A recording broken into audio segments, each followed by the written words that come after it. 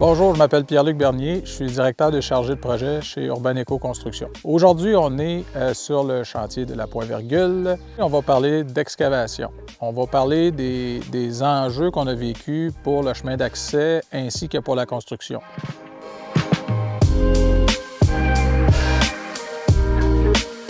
Lors du processus de la construction de la maison, on a commencé par plusieurs visites de terrain. Il y a eu une visite avec les clients ainsi que le département de conception afin de déterminer les arbres que nous pouvions conserver. C'est important de comprendre que chez Urbaneco, notre philosophie, c'est de conserver le plus d'arbres possible. Donc, on a fait une sélection d'arbres avec l'aide de la conception, des clients, un technicien forestier, pour déterminer le moins d'arbres possible à couper.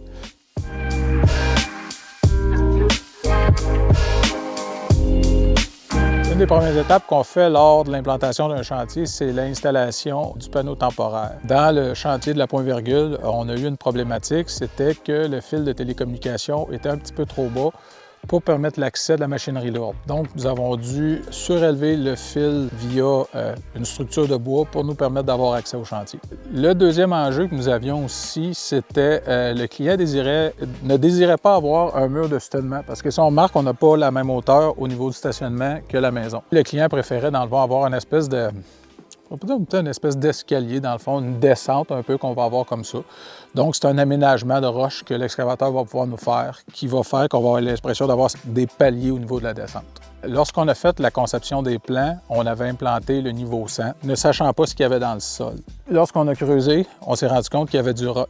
On ne connaissait pas la hauteur de roc, puis on ne connaissait pas non plus la dureté du roc. Les clients étaient très participatifs et présents lors de ces étapes-là. Ça nous a permis de bouger rapidement puis de prendre des décisions. On a vu qu'on avait du roc à une certaine hauteur. Donc, ce qu'on a fait, on a décidé d'augmenter la hauteur de la maison, le niveau 100 qu'on appelle dans le jargon. Le niveau 100 se trouve à être la hauteur du top de notre solage, du dessus du solage. On a remonté le niveau 100, mais même en le remontant, ce qu'on avait comme problématique, c'est que le roc s'en va en montant. Donc, on se retrouvait avec l'arrière de la maison qui était surélevé, qu'on ne pouvait pas aller chercher notre mur de gel qu'on appelle. Normalement, on a notre semelle, puis par-dessus, on a 5 pieds de mur de fondation. Dans le derrière de la maison et sur le côté, on n'était pas capable d'aller chercher le 5 pieds de fondation, à part si on faisait dynamiter le roc. Donc, ce qu'on a pris comme optique, c'est aller avec une semelle isolante pour nous permettre d'avoir moins haut de mur. Ce qu'on va faire, c'est qu'on a décidé d'y aller sous forme d'escalier. Ça va nous permettre d'avoir une hauteur moindre pour les portions où c'est qu'on rencontre du roc. Et ça va nous permettre d'avoir un niveau 100 qui n'est pas énormément plus haut que le niveau 100 que nous avions estimé au début.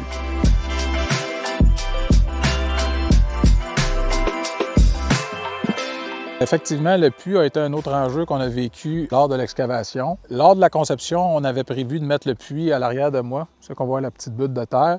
Après les sondages effectués avec la pelle mécanique, on s'est rendu compte qu'entre le puits et la maison, on avait du roc près de la hauteur du sol. Ce qui faisait qu'on avait comme problématique qu'on n'était pas capable d'apporter 5 pieds de profondeur pour notre tuyau d'eau qui se dirigeait vers la maison. Le but de cette profondeur-là, c'est d'éviter le gel, évidemment, lors de l'hiver. On a eu deux options. La première, c'était soit de dynamiter le roc pour pouvoir amener le tuyau et conserver le puits à son endroit, ou d'apporter le puits à un endroit qui nous permettait d'éviter de dynamiter. Nous avons décidé de déplacer le puits. Donc, on a rapporté le puits un petit peu plus près de la maison ici, et en l'approchant près de la maison, nous n'avions plus la problématique du roc. Donc, on conservait notre 5 pieds de profondeur jusqu'à la maison. Cet enjeu-là est seulement avec l'eau.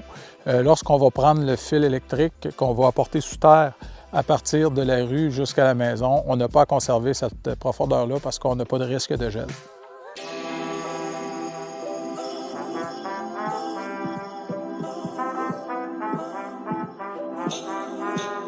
Un enjeu supplémentaire à considérer, étant donné que nous ne sommes pas dans un système gravitaire, c'est que nous devons prévoir dans la passe d'apporter un fil électrique jusqu'à la maison. Le fil électrique va servir, il va y avoir deux fils électriques, l'un qui va servir justement pour le fonctionnement de la pompe et un fil d'alarme pour si la pompe brise.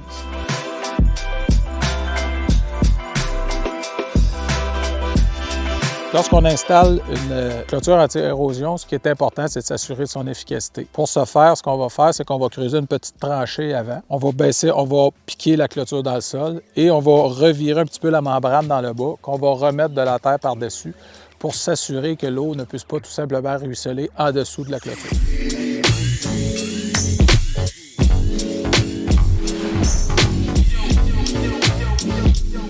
J'aimerais remercier tous les intervenants qui ont participé lors des travaux tels que Excavation Steve Leblanc et puis Bernier. Pour l'instant, c'est pas mal terminé. On se revoit dans la prochaine capsule.